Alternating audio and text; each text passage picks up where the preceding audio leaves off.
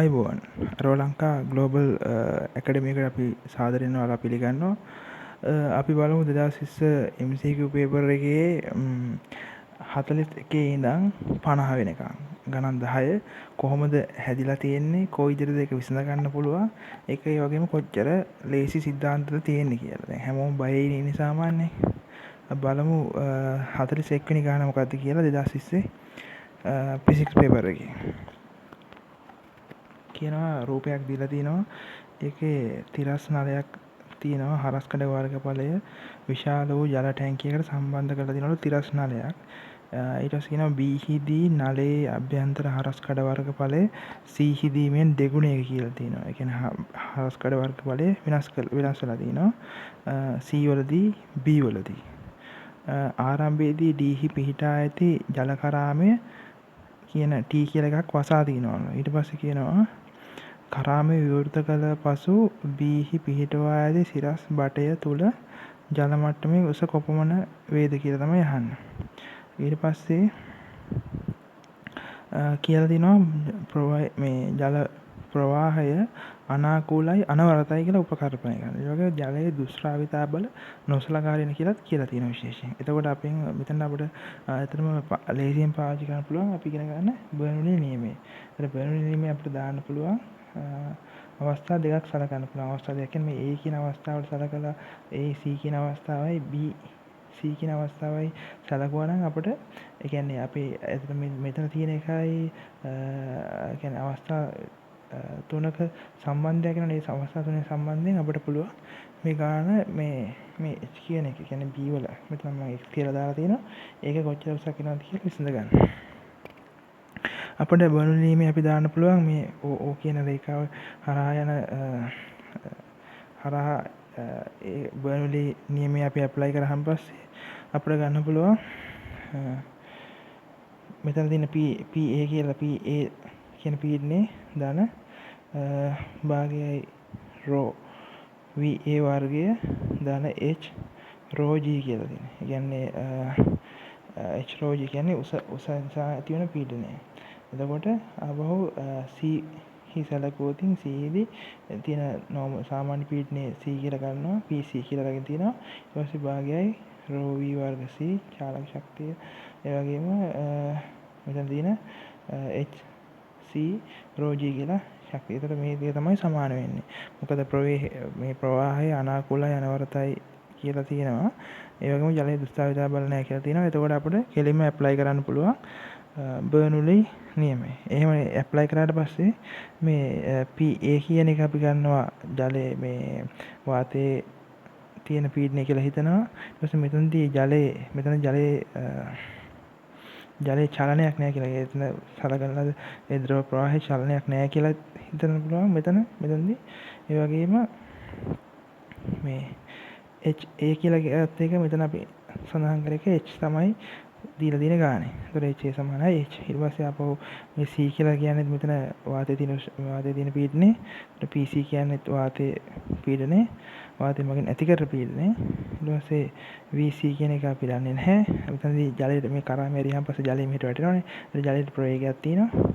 ඊට පස්සේ HC කියලා කියන්නේ බිඳුව. HC කියලා කියන්නේ මෙතන තව ජලයේ කොහෙවත් පිරලා නැති නිසා මෙතන HC කියලා එකක් ගන්න ඕනේ නැහැ. HC කියන එක බිඳුව. ඒ කියන්නේ එකම රේඛාවක් නලගන්නේ අපි. එතකොට HC කියලා උසක් එතන පේනන්නේ නැහැ. එතකොට ඒක අපි සලකුවාන් පස්සේ අපිට අන්තිමට එනවා HG සමානයි භාගයයි VC වල වර්ගය කියලා.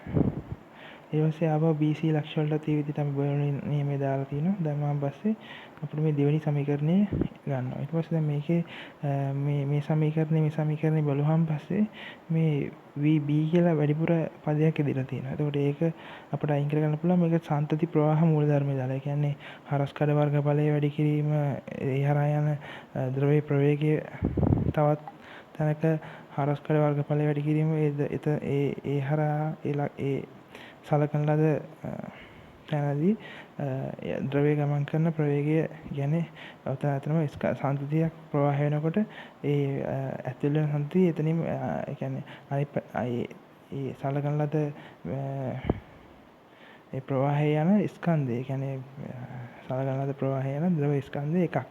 ස්කන්ධ එකක් ඉන්නේ අනාකූල අනවරත වුණාම එහෙම වෙනවා බොනුලි ඇප්ලයි කරන්නත් පුළුවන්. ඒ වගේ ද්‍රවයක එහෙම අපිට ගන්න පුළුවන්. එතකොට ආපහු තියෙන දත්ත අපිට දාලා B වලයි C වලයි වේගයන් මේ සමීකරණයට ඇප්ලයි කරාම පස්සේ මේ B වල වේගය C වල වේගයේ භාගයක් කියලා අපිට ගන්න පුළුවන්. ඒක මේ තුන්වෙනි සමීකරණය දෙවෙනි කී ආදේශ කළා B වලට අපිට සමීකරණය මොඩිෆයි කරගන්න පුළුවන්. අන්තිමට hx සමානයි h බෙදීම 4ක් කියලා එනවා. එතකොට දැන් මේකෙදී අපිට මූලිකව කරන් තියෙන්නේ බර්නෝලි නියමය සහ ඒ වගේ යෙදීම් තමයි අපිට තියරි විදියට ඔලුවට දාගන්න තියෙන්නේ. ඊට පස්සේ 42 වෙනි ප්‍රශ්නෙන් අහලා තියෙන්නේ ඒක සාමාන්‍යයෙන් අර ලොකු ගණනය කරන දෙයක් නැහැ. ඒ වුණාට යම් කිසි දෙයක් හිතන්න තියෙනවා. ඒ කියන්නේ හරි සරලව හිතලා වැඩේ කරන්න පුළුවන්. පැරෂූට් කරුවෙක්ගේ මේ පැරෂූට් කරුවා මුලින්ම කාලය t සමානයි 0 දී හෙලිකොප්ටරයෙන් පිටතට පැමිණලා පයින්නවා. ඊට පස්සේ මේ ඔහුගේ ප්‍රවේශය පැරෂූටේ ටික වෙලාවක් ගිහිල්ලා විවෘත කරනවා. ඊට පස්සේ පොළොවට ළඟා වෙනවා. එතකොට කියනවා මේ පැරෂූට් කරුවේ ප්‍රවේගයේ තිරස් සංරාජකය. තිරස් සංරාජකය කියන්නේ කෙලින් අපිට සිරසට තියෙන සංරාජකය. සිරස් සංරාජකය කොහොමද වෙනස් වෙන්නේ කියලා. එතකොට මුලින් පැරෂූට් කරුවා ගුරුත්වය හරහා වැටෙනකොට ප්‍රවේගය වැඩි වෙනවා. නමුත් වැඩි වෙන ප්‍රමාණය එන්නේ අඩු වෙනවා. ඒ කියන්නේ අර වාතයේ තියෙන ප්‍රතිරෝධයත් එක්ක මේ පැරෂූට් කරුවා පල්ලෙහාට එන්න ප්‍රවේගය වැඩි වෙනවා. නමුත් ප්‍රවේගය වැඩි වෙන ප්‍රමාණය අඩු වෙනවා. ඊට පස්සේ ආන්ත ප්‍රවේගයට ආවම පස්සේ එයා ප්‍රවේගය ටිකක් ඒකාකාරී වෙනවා. එතෙන්දි තමයි එයා පැරෂූට් එක දිගහැරගන්නේ. පැරෂූට් එක දිගහැරගත්තට පස්සේ පැරෂූට් එකේ දැන් වායු පීඩනය උඩට තියෙනවානේ. එතකොට හිමින් මේ අඩු වෙනවා ප්‍රවේගය. කාලය සමග ප්‍රවේගය අඩු වෙන ප්‍රමාණය අඩු වෙනවා. ඒ කියන්නේ මුලදී ඉක්මනට අඩු කාලයකදී ප්‍රවේගය අඩු වෙලා යනවා. නමුත් එන්න ප්‍රවේගය අඩු වෙන ප්‍රමාණය අඩු වෙනවා. එතකොට ඔයක තියෙන පස්වෙනි උත්තරේ තියෙන වගේ chart එකක් තමයි එන්නේ. අනිත් chart ටික ඔක්කොම වැරදි. ඒක ඇත්තටම හරි සරල ගානක්. පොඩ්ඩක් හිතලා වැඩේ කරන්න තමයි තියෙන්නේ. ඊට පස්සේ 43 ගානක් තියෙන්නේ. ඒක ඇත්තටම ඒකත් තියරි තමයි. තියරි තේරුම් ගැනීම තමයි අහලා තියෙන්නේ. ඒකත් හදන්න දෙයක් නෑ. ඒ කියන්නේ ඔය ගණන් වල සාමාන්‍යයෙන් ගොඩක් දේවල් දැන් මුල් ගාන අපි බලමු 41 වෙනි ගාන ගොඩක් ඒ කියන්නේ ගොඩක් සාමාන්‍ය සුළු කිරීමක් තිබුණානේ. නමුත් මේකේ එහෙම සුළු කිරීමක් නැහැ. නිකන් හිතලා තමයි අපිට කරන්න තියෙන්නේ. ඒතර කියනවා නියදික අඩංගු විකිරණශීලී පරමාණු වල අර්ධායු කාලය සම්බන්ධ තමයි ප්‍රකාශ තුනක් කරලා තියෙනවා. ඒතර මේ ප්‍රකාශ වල සත්‍යතාව තමයි අහන්නේ. මෙතන පළවෙනි A කියන එක කියනවා නියදියේ පවතින විකිරණශීලී පරමාණු සංඛ්‍යාව සමග අර්ධායු කාලය වෙනස් වෙනවා කියලා. එතරම් ඒක වැරදි. මොකද විකිරණශීලී පරමාණු සංඛ්‍යාව සමග අර්ධායු කාලය වෙනස් වෙන්නේ නැහැ. මොකද අර්ධායු කාලය මේ කියන්නේ ඒ කියන්නේ ඒකේ පවතින විකිරණශීලී න්‍යෂ්ටි ප්‍රමාණය ඉන්න අඩක් වීමට ගත වන කාලය. එතකොට න්‍යෂ්ටි ගණන නෙවෙයි එතන කියන්නේ විකිරණශීලී න්‍යෂ්ටි ගණන තමයි අඩු වෙන්නේ එතනදී. එතකොට පරමාණු සංඛ්‍යාව වෙනස් වුණා කියලා ඒ විකිරණශීලී න්‍යෂ්ටි ප්‍රමාණය ඉන් අඩක් වීමට ගත වන කාලය වෙනස් වෙන්නේ නැහැ. එතකොට ඒ කියන එක අසත්‍යයි. හරිද? ඊට පස්සේ කියනවා පිළියෙල කරගත් නියදියේ කියන්නේ B ප්‍රකාශය පිළියෙලගත් නියදියේ දිනවකාණු සමග T භාගය කියන එක වෙනස් වෙනවා කියලා. හරිද? එතකොට ඒකත් වැරදි. ඒ කියන්නේ නියදියේ දිනවකාණුත් එක්ක වෙනස් වෙන්නේ නැහැ. ඒ කියන්නේ කවදා හැදුවත් මේ විකිරණශීලී කියන්නේ අර්ධායු කාලය කියන එක නියතයක්. ඒ කියන්නේ ඒ තියෙන විකිරණශීලී න්‍යෂ්ටි ප්‍රමාණය එයින් අඩක් වීමට ගත වෙන කාලය තමයි අර්ධායු කාලය කියන්නේ. එතකොට ඒක හදන දිනේ මත රඳා පවතින්නේ නැහැ.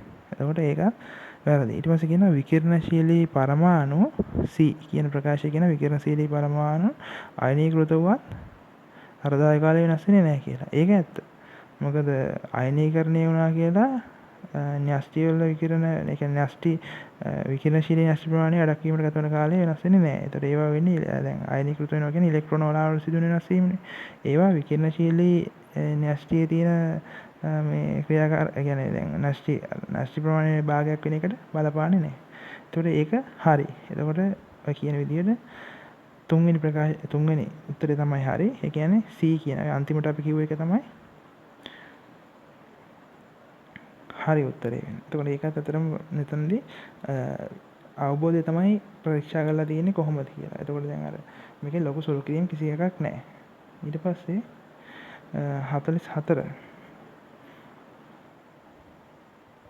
44ක් තියෙන්නේ හරි ලේසිම ගාණක්. ඒ කියන්නේ ඇත්තටම මේවා ස්කෝර් කරන එක ඔයාලට කිසිම අමාරුවක් වෙන විදිහක් නැහැ. ඒ කියන්නේ ඒවට අදාළ ලකුණු හරි ලේසියෙන් ඔයාලට ගන්න පුළුවන්. මෙතනදී කියනවා මේ එක ප්‍රදේශයක තලය තුලට තියෙනවා කියනවා විද්‍යුත් ක්ෂේත්‍රය. ඒතකොට ඉලෙක්ට්‍රෝනයක් ගමන් කරනවා කියනවා.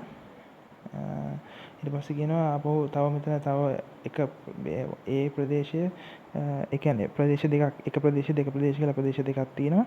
ඔයාලට ගාන මෙලොවකින් පේනවා.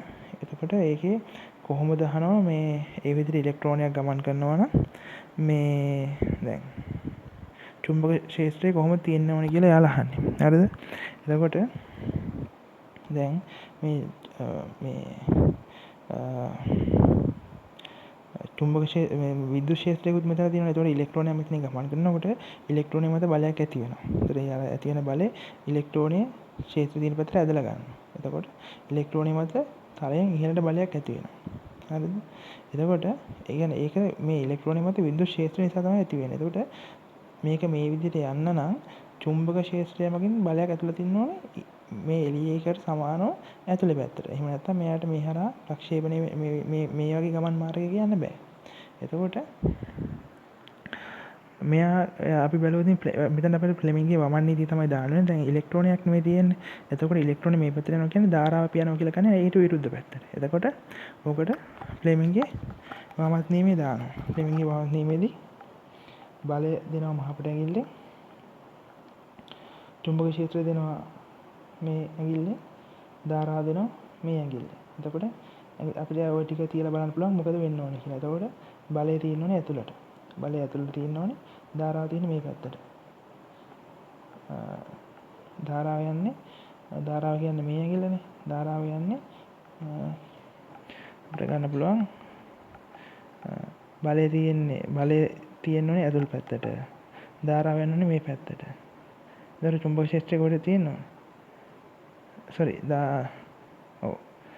ධාරාව මේ පැත්තට යන්නේ චුම්බක ක්ෂේත්‍රය තියෙන්නේ උඩ පැත්තට. චුම්බක ක්ෂේත්‍රය තියෙන්නේ උඩ පැත්තට.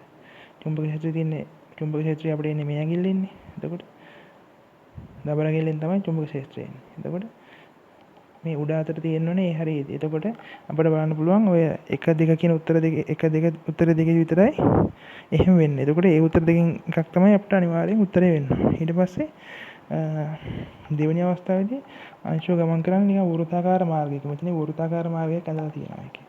එතකොට එහෙම යන්න නම් මොකද වෙන්න ඕනේ? එහෙම යන්න නම් වෘත්තාකාර මාර්ගයක යන්න ඕන නම් මේ වෘත්තයේ කේන්ද්‍ර දෙසට තමයි බලය තියෙන්නේ. එතකොට බලය තියෙන්නේ මේ පැත්තට. ඒතර ඉලෙක්ට්‍රෝනයක් නේ යන්නේ. ඉලෙක්ට්‍රෝනයක් කියන්නේ ඉලෙක්ට්‍රෝනේ මේ පැත්තට යනවා නම් ධාරාව ගලන්නේ අනිත් පැත්තට. එතකොට ධාරාව ගලන්නේ මේ පැත්තට. බලය තියෙන්නේ මේ අතට. බලය එන්න ඕනේ ඇතුළට. එතකොට චුම්බක ක්ෂේත්‍රය තියෙන්න ඕනේ තලෙන් එළියට.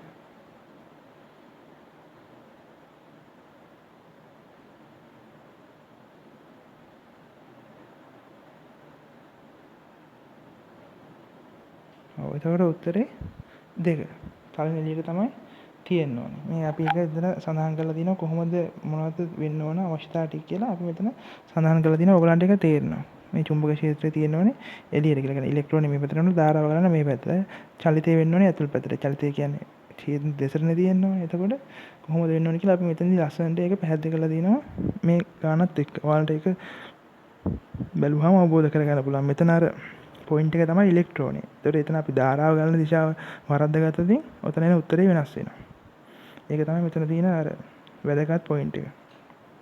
ඒක එච්චර ලොකු ගණනක් නෙවෙයි. හරි ලේසියෙන් හිතලා හදන්න. ඒ කියන්නේ ගොඩක් හිතන්න දෙයක් නැහැ. ඔයාලා ප්‍රැක්ටිස් කරලා දුන්නා නම් හරියට හරි ලේසියෙන් හදා ගන්න පුළුවන් ගානක්.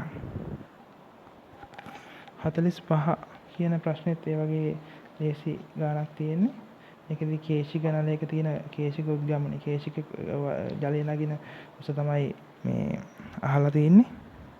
ඒකේ කියනවා මේ මුලදී සාමාන්‍ය නිකන් තියලා තියෙනකොට මේ කේශික නලයේ ජලයේ උද්ගමනය තියෙනවා 8 මිලිමීටර උස තියෙනවා. කේශික නලයේ උස 40යි කියලා තියෙනවා. ඊට පස්සේ අවස්ථා දෙකක් අපිට කියලා තියෙනවා. ඒකෙදී කේශික නලයේ උද්ගමනය කොච්චරද කියලා තමයි අහන්නේ. පළවෙනි අවස්ථාවේදී කියනවා තප්පර වර්ගයට මීටර 5ක ත්වරණයකින් පල්ලෙහාට ගමන් කරනවලු. එතකොට ඒකෙදී අපිට ගන්න තියෙන දැන් අපිට මෙතනදී P සමානයි h/g තමයි පීඩනයට ගන්න තියෙන්නේ. ආපහු මෙතන කේශික උද්ගමනයනේ. එතකොට අපිට මේ P සමාන h/g එක සමාන කරන්න පුළුවන් 2t cos θ බෙදීම r වලට. හරිද? එතකොට පෘෂ්ඨඝාතීය සම්බන්ධ සමීකරණය ප්‍රකාශය. එතකොට අපිට ගන්න පුළුවන් මේ ඔක්කොම නියතන මේ h කියන එක ප්‍රතිලෝම සමානුපාතික වෙන්න ඕනේ තරණයට. ඒ කියන්නේ ඒ සම්බන්ධ තරණයට. එතකොට මෙතන තියෙන g කියන ගුරුත්ව තරණයනේ. හරිද? එතකොට පළවෙනි අවස්ථාවේ තියෙන ගුරුත්ව තරණයට තමයි තියෙන්නේ h උස උඩට ගිහිල්ලා තියෙන්නේ. අනිත් ඒවා තියෙන t ස්පර්ශ කෝණ ඒ ටික ඔක්කොම සමානයි. හරි? එතකොට සාමාන්‍ය අවස්ථාවේදී තියෙන්නේ මේ විදිහට. හරිද? ඊට පස්සේ කියන්නේ සාමාන්‍ය අවස්ථාවේදී 8යිනේ උස. එතකොට 8 අනුලෝම සමානුපාත වෙන එකයට g කියන එක 10යි සාමාන්‍ය අවස්ථාවේ. හරිද? එතකොට පහළට වැටෙනකොට ඔන්න ඔය පොයින්ට් එක තමයි ඔයා මතක තියාගන්න ඕනේ. ඒක ගණිත ඔප්පු කිරීමක් කරලා ගන්න පුළුවන්. ඒක තමයි මේ මෙතන අපි මේ පැත්තේ දීලා තියෙන්නේ. පහළට වැටෙනකොට ගුරුත්වය පල්ලෙහාට දිනනකොට ඒ ප්‍රවේගයෙන් මේ ඒ ත්වරණයෙන් පල්ලෙහාට එනවා නම් එතකොට අපිට ගන්න ඕනේ සඵල ත්වරණය g ඍණ a කියලා. ඒ කියන්නේ පල්ලෙහාට එන තියෙන මේ සම්ප්‍රයුක්ත ත්වරණය. ඊට පස්සේ g ඒ කියන්නේ ගුරුත්ව ත්වරණය පල්ලෙහාට තියෙනකොට උඩට යනවා නම් g ධනය. ඊට පස්සේ ගුරුත්ව ත්වරණයට ඒ කියන්නේ ගුරුත්ව ත්වරණය තියෙනවා. ඒක ගුරුත්ව ත්වරණයට වැටෙනවා නම් g වලින් g මෙතන එන්න ඕනේ g අඩු වෙනවා. ඒ කියන්නේ බිඳුවක් වෙනවා.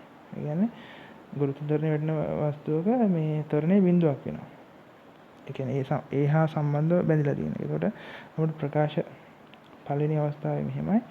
සාමාන්‍ය විදිහට තියෙනකොට 8ක් උසට නැගලා තියෙනවා කේශික නලයේ ගුරුත්ව ත්වරණය 10යි. ඊට පස්සේ කියනවා පහක ත්වරණයෙන් පල්ලෙහාට එනවනේ. එතකොට මේ h කියන එක ප්‍රතිලෝම සමානුපාත වෙන එකයට ගුරුත්ව ත්වරණයෙන් අඩු වෙනවනේ ඒ ප්‍රවේගය. ඒක තමයි මේ තියෙන්නේ. ඒක තමයි දෙවෙනි ප්‍රකාශය. එතකොට පළවෙනි අවස්ථාවේදී මේ සමීකරණ දෙක එකිනෙකින් බෙදුවාන් පස්සේ 16ක් කියලා එනවා යන උස. හරිද? ඊට පස්සේ දෙවෙනි අවස්ථාවේ කියන්නේ ගුරුත්ව ත්වරණය යටතේ පල්ලෙහාට වැටෙනවානේ. ඒක ගුරුත්ව ත්වරණය යටතේ පල්ලෙහාට වැටෙනකොට g ඍණ g කියන්නේ බිඳුව.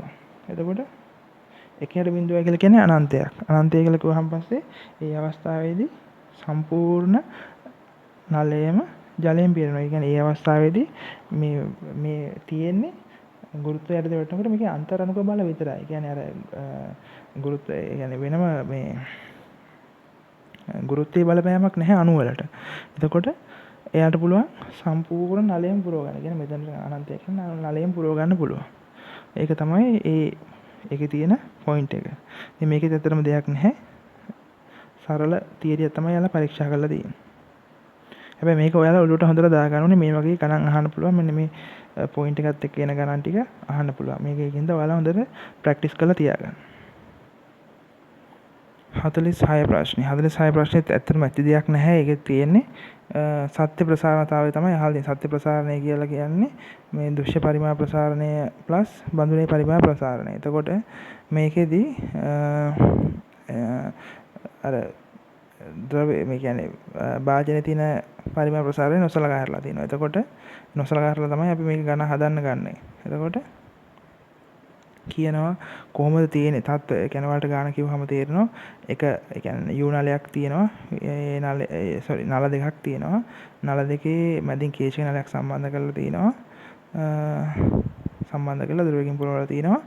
එක නලයක් තියෙන්නේ සෙල්සියස් අංශක බිඳුවේදී අයිස් මිශ්‍රණයක. අනිත් එකේ තියෙනවා 40ක තියෙන උෂ්ණත්වය. කියන්නේ 40 කියන නියත උෂ්ණත්වය තියෙන ජලය තමයි කිල්ලලා තියෙන්නේ. මේ ද්‍රව කඳන් අතර උස කියන්නේ දෙකම එකට සම්බන්ධ වෙලා තිනවා. ද්‍රව කඳන් අතර උස 1.6 සෙන්ටිමීටර කියලා තියෙනවා. එතකොට අර බිඳුව පැත්තේ තියෙන එකේදී කියනවා 80ක් කියලා. 80ක් තියෙනවා ඒ වෙලාවේ උස බිඳුවේ පැත්තේදී. එතකොට අහන්නේ සත්‍ය පරිමාණ ප්‍රසාරණය. එතකොට ඇත්තටම අපිට හරි සරල කතාවක් කියන්න තියෙන්නේ. මෙතන දැන් බිඳුවේ තියෙන 80 වෙනිනේ. එතකොට 40ක් උෂ්ණත්වයට ආවන් පස්සේ 1.6ක් වැඩි වෙලා තියෙනවා. එතකොට අපිට ගන්න තියෙන්නේ V2 කියලා එකක් අපි ගන්නවා. V1 කියලා කියන්නේ මුල් පරිමාව. ඒ කියන්නේ මේක තමයි සත්‍ය පරිමාණ ප්‍රසාරණයේ සූත්‍රය. එතකොට V2 කියන්නේ අවසාන පරිමාව, V1 කියන්නේ මුල් පරිමාව. එතකොට අපිට මේ සූත්‍රය දැම්මට පස්සේ පරිමාව වෙනස ගන්න පුළුවන්. පරිමාව වෙනස කියලා කියන්නේ දැන් මෙතන වෙනස වෙලා තියෙන්නේ දැන් අපි මේ හරස්කඩ වර්ගඵලය අපි ගත්ත ඉතින් A කියලා. එතකොට A වැඩි කිරීම 1.6කින් තමයි පරිමාව වෙනසක් වෙලා තියෙන්නේ. කියන්නේ අවසාන පරිමාවෙන් මුල් පරිමාව අඩු කරාම පරිමාව වෙනස් වෙනවා. ඒක වෙලා තියෙන්නේ ඒ ප්‍රමාණයක් 1.6ක් කියන ප්‍රමාණයක්. ඊට පස්සේ උස 80ක් නේ මේ පැත්තේ 80ක් තියලා තියෙනවා. ඒතකොට මුල් පරිමාව ප්‍රමාණය තමයි 80 වැඩි කිරීම හරස්කඩ වර්ගඵලය. ඒක තමයි එතන තියෙන පරිමාව. ඒක ඊට පස්සේ තව මෙතන තියෙනවා උෂ්ණත්වය 40නේ. 40න් අඩු කරනවා බිඳුවක්. කියන්නේ උෂ්ණත්ව වෙනස 40යි. එතකොට අපිට ඒකෙන් පරිමාණ ප්‍රසාරණතාව වෙනවා 5 වැඩි කිරීම 10 කියලා. එතකොට ඒකෙත් ඇති දෙයක් නැහැ. හරිම ලේසි. ඒකේ සීරින එකක් එන්න ඕනේ මෙතන.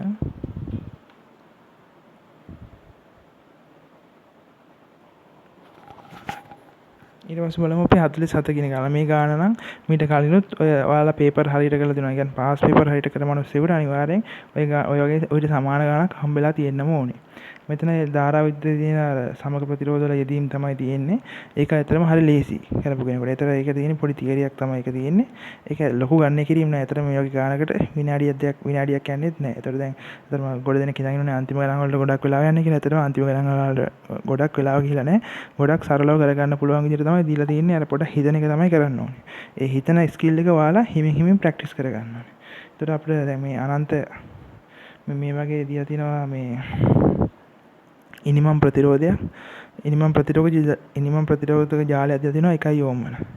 මේ විදිහට ඒක අහන්නේ සමග ප්‍රතිරෝධයේ සම්බන්ධ මේ ප්‍රතිරෝධය R නම් ඒක සම්බන්ධ මොන ප්‍රකාශයද සත්‍ය වෙන්නේ කියලා.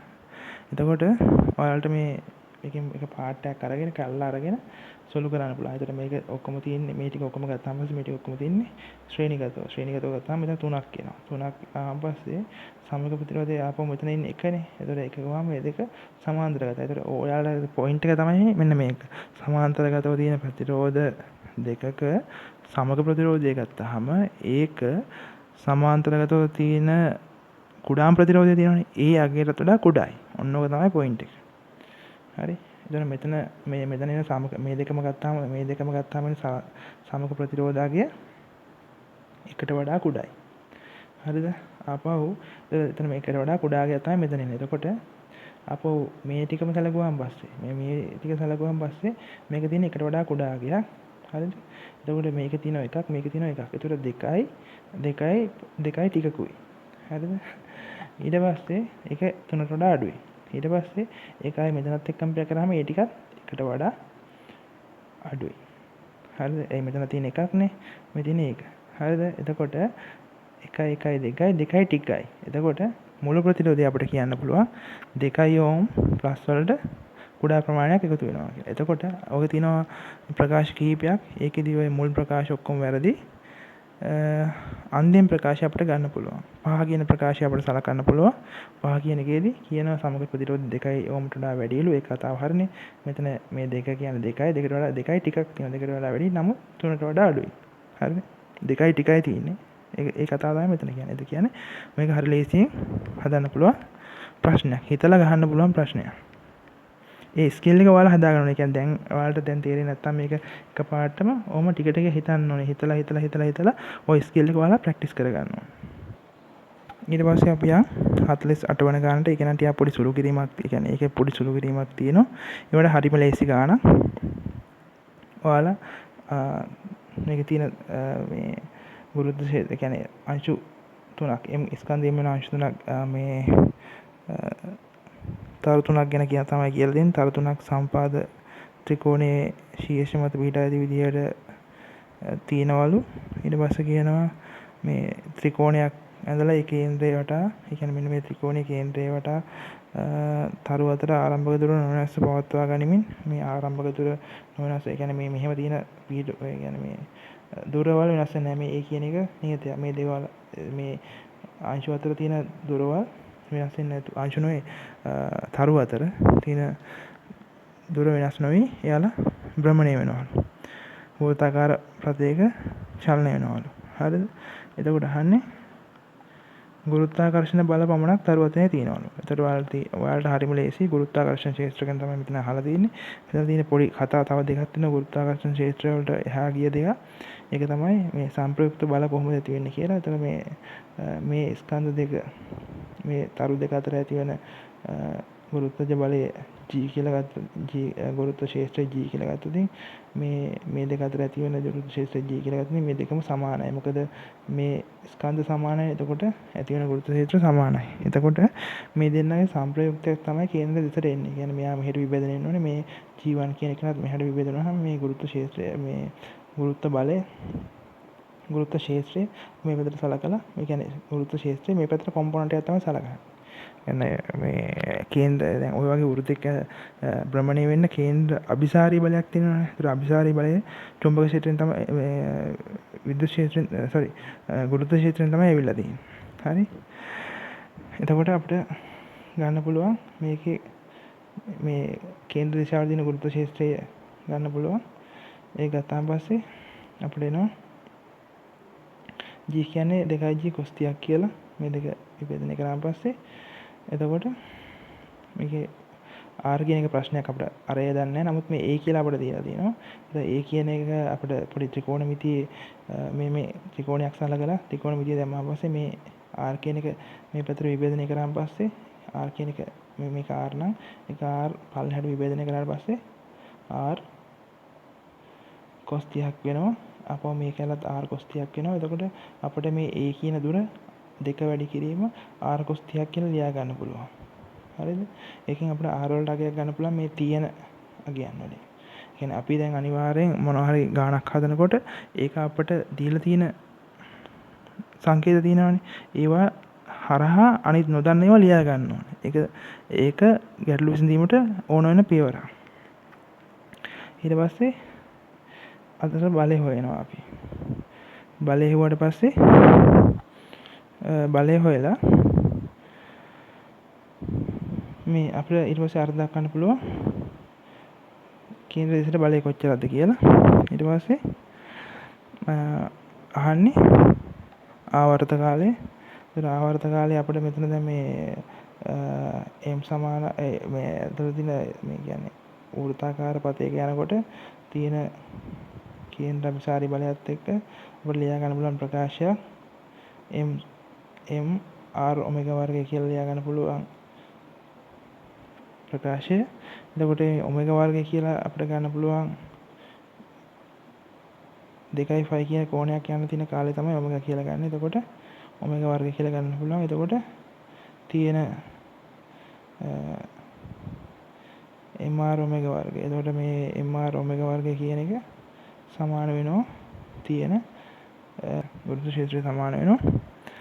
එතකොට අපිට ගන්න පුළුවන් මේ දෙක සමාන කරලා ඒ සමීකරණ සුළු කරාන් පස්සේ මේ වගේ උත්තරයක් ගන්න පුළුවන්. එතකොට ඔයාලා ඒක නම් පොඩක් කාලයක් ගත වෙනවා. නමුත් එතන ගුරුත්ව ක්ෂේත්‍රය ගැන තමයි කතා කරලා තියෙන්නේ. එතන සංප්‍රයුක්ත බල තියෙනවා. ගැන කතා කරලා තියෙනවා. මේ අපි නෝට් එකේ දීලා තියෙනවා. ඒ වගේ ඔයාලා ඒ අදාළ පොයින්ට් ටික තමයි ඔයාලා ඔළුවට දාගන්න තියෙන්නේ. ඊට පස්සේ තියෙනවා 49 වෙනි ගාන. ඒක ගම්මිත සංස්කෘතිය ගැනත් ගම්මිතාවත් එක්ක තමයි කතා කරන්නේ. කියන්නේ අර දෙවෙනි පාඩමේ තියෙන පොඩි ඔයාලා හදපු සරල දේවල් තමයි ඔය තියෙන්නේ. ඒකෙදි රේගී ගමන හස්තයෙන් තමයි අපිට දාන්න වෙන්නේ. එතන ශක්ති වෙනස තමයි අතරම දුන්න ලබන ශක්තිය කියලා ගන්න ශක්ති වෙනස. ඒ කියන්නේ මුලදී මේ A කියලා එකක් ප්‍රක්ෂේප A කියලා එකක් දුන්නකොත් එක්ක තියෙන ස්කන්ධය මේ පැත්තට ප්‍රක්ෂේපණය කරනවා 2 ms ඍණ 1 ප්‍රවේගයකින්. මෙතන මේ ස්කන්ධය 6ක් වෙන B කියලා එකක් තියෙනවා. මේ ස්කන්ධය නොගිනිය හැකි දුන්නකොත් මේව සම්බන්ධ කරලා. ඒතර මෙයා තනි මුලින්ම එනවා. මෙයා බිඳුවේ ඉන්නේ. ඇවිල්ලා කරනවා. ඊට පස්සේ මේ දෙන්න එක ගමන් කරනවා මේ පැත්ත. ඒ කියන්නේ මේ දෙන්නත් එක්ක ගමන් කරනවා කියලා අපි හිතනවා. එතකොට මුලදී අපි මේකට අපි රේඛීය ගමන සාස්ත්‍රය තමයි දාන්නේ. ගමන සාස්ත්‍රය දාලා ආරම්භයේදී අපි චාලක ශක්තිය හොයාගන්නවා. මෙයාගේ තියෙන චාලක ශක්තිය. ඒක තමයි ශක්තිය කීයද කියලා හොයාගන්නවා. හොයාගෙන ඊට පස්සේ ආපහු බලනවා මේ අවසාන ප්‍රවේගයනේ මෙතන අපි මේ ගමන සාස්ත්‍රයෙන් ගන්න. ඊට පස්සේ අවසාන එකේ ශක්තිය බලනවා. එතකොට බලනවා ශක්තිය මොකද වෙලා තියෙන්නේ කියලා. ශක්ති හානියක් වෙලා නම් ඒ ශක්තිය කවුරුත් ලබාගෙන තියෙනවා. එතකොට ඒක මේ ඒ කියන්නේ තාප විදිහට පිට වෙලා මොන හරි ශක්ති හානියක් වෙලා තියෙනවා. එතකොට අපි ගන්නවා මේ ශක්ති අන්තරය දුන්න ලබාගත් ශක්තිය කියලා. කියන්නේ මෙයා ඇවිල්ලා මේ දුන්න මෙත් එකලා මෙහෙන් ප්‍රෙස් වෙනවනේ. එතකොට දුන්න ශක්තිය ගබඩා වෙනවා. එතකොට මෙයාගේ තීච්ච ශක්තිය 3 ජූල් ශක්තියක් මේ දුන්න දෙකේ දුන්නේ ගබඩා වෙලා තියෙනවා. ඒක තමයි අතර මෙතන තියෙන එකේ හරිම ලේසි ගානක් තමයි මේ තියෙන්නේ. මේක 50 වෙනි අන්තිම ගාන.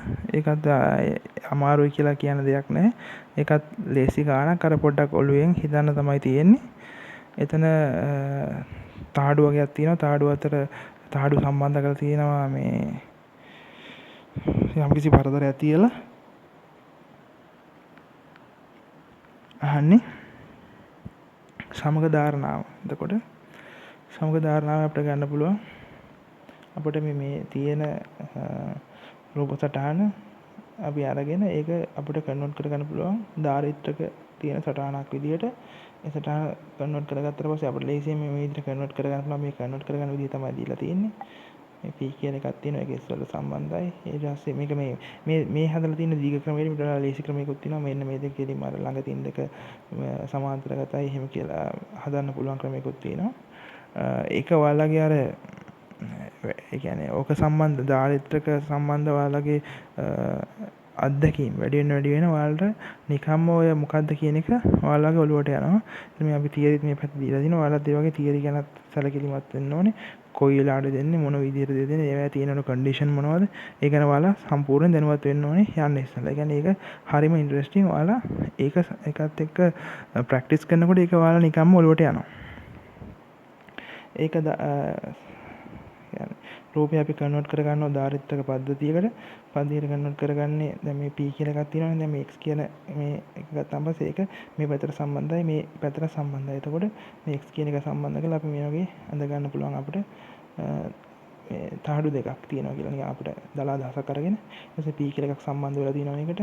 ඒක ආපහු S කියන එකට සම්බන්ධ වෙලා තියෙනවා. S කියන එක සම්බන්ධ වෙලා තියෙනවා මේ S කියන එක දෙපැත්ත තියෙනවා දෙකක්. එතකොට S කියන එක මේ දෙක සම්බන්ධ වෙලා තියෙනවා. ඊට පස්සේ ආපහු මේ R කියන එක මේ දෙකට සම්බන්ධ වෙලා තියෙනවා. ඒක තමයි මේ තියෙන්නේ.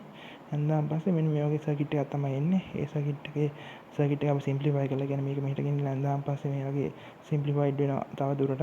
එතකොට ඒ කියන්නේ සිම්පල් වෙනවා. සිම්පල් වුණාන් පස්සේ මේ දෙක සමාන්තරගතයි. එතකොට ඒකේ සමකරධාරිතාවය අපිට හොයා ගන්න පුළුවන්.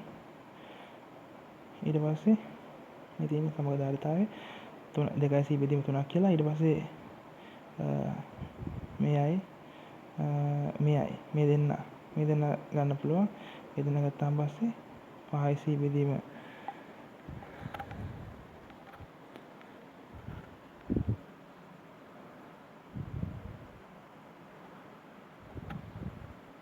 ඔව් 50යි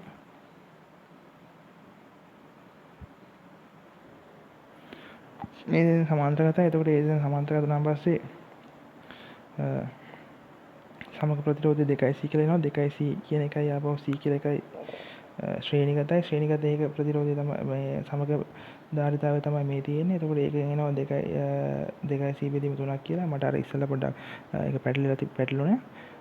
ඊට පස්සේ එතකොට මේ c ආපහු මෙතන මේ ප්‍රතිරෝධයයි මෙතන තියෙන මේ ධාරිත්‍රක වල සමක ධාරිතාවයයි සමකධාරිතාවයයි තියෙන්නේ ආපහු සමාන්තරගතව. එතකොට සමාන්තරගතව තියෙනකොට එකතු කරන්න පුළුවන්. එතකොට 3යි 2යි c බෙදීම 3ක් කියන එකට මේ එකත් එකතු වෙන්න ඕනේ. එතකොට තමයි එනවා 5යි c බෙදීම 3ක්. ඊට පස්සේ කැපැසිටන්ස් මේකේ තියෙන ධාරිතාවය හොයන්න අපිට දාන්න පුළුවන් a epsilon d කියන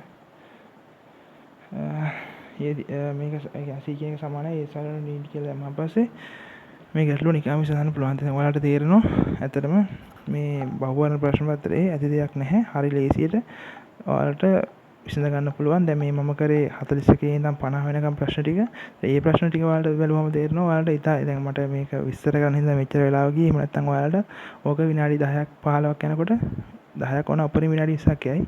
විනාඩි 20කින් ඕක කරගන්න පුළුවන්. ඒ කියන්නේ ඊටාම ලේසියෙන් ඔයාලට ගොඩ යන්න පුළුවන් කියන එක තමයි ඔය කියන්නේ. එහෙනම් අපි මේ ප්‍රශ්න පත්‍රය දැන් අපි ගණන් 10ක් කරලා ඒතර ගණන් 10 ඇතුළෙම ඇති දෙයක් නෑ. ඔයාලා දැන් මේක බලලා ඔයාලගේ මොන හරි ගැටලු තියෙනවා නම් ඒවා නිරාකරණය කරගන්න. ඒක තමයි බලාපොරොත්තු වෙන්නේ. ඒ වගේම තියරි ඔගේ අපි සාකච්ඡා කරපු පොයින්ට්ස් තියෙන්නේ. ඒ කියන්නේ අර වැදගත් දේවල් අන්න ඒවා වෙනම නෝට් ඩවුන් කරලා අර මම අපි කිව්වා වගේ ඔය හැබැයි අපි කියවනේ වෙනම නෝට් එකක් ගහගන්න කියලා. ඒ නෝට් එකේ රතු පාට පෑන් වලින් ඔයාලගේ පෑන් වලින් කැමති පෑනකින් නෝට් ඩවුන් කරලා තියාගන්න මේ පොයින්ට්ස් ටික. ඒවා ඔළුවේ තියාගන්න. එතකොට ඊළඟ සැරේ දැන් මේ සැරේ එන ගණන් ටික තියෙනවනේ. ඒ ගණන් ටිකත් ඔයාලට නිකම්ම විසඳ ගන්න පුළුවන් ওই පොයින්ට්ස් ටික ඔළුවේ තියෙනවනේ. ඕවා තමයි හතර වටේ කරකව ආයෙ දාන්න. ඒක නිසා පුළුවන් තරම් පාස් පේපර්ස් ප්‍රැක්ටිස් කරන්න. පාස් පේපර් ප්‍රැක්ටිස් කරනකොට ඔයාලට ඒගොල්ලෝ කියන්නේ ඒ පේපර් එක හදපු කෙනා ફોකස් කරලා තියෙන දේවල් ටික ඔයාලට නිකම්ම ඔළුවට යයි.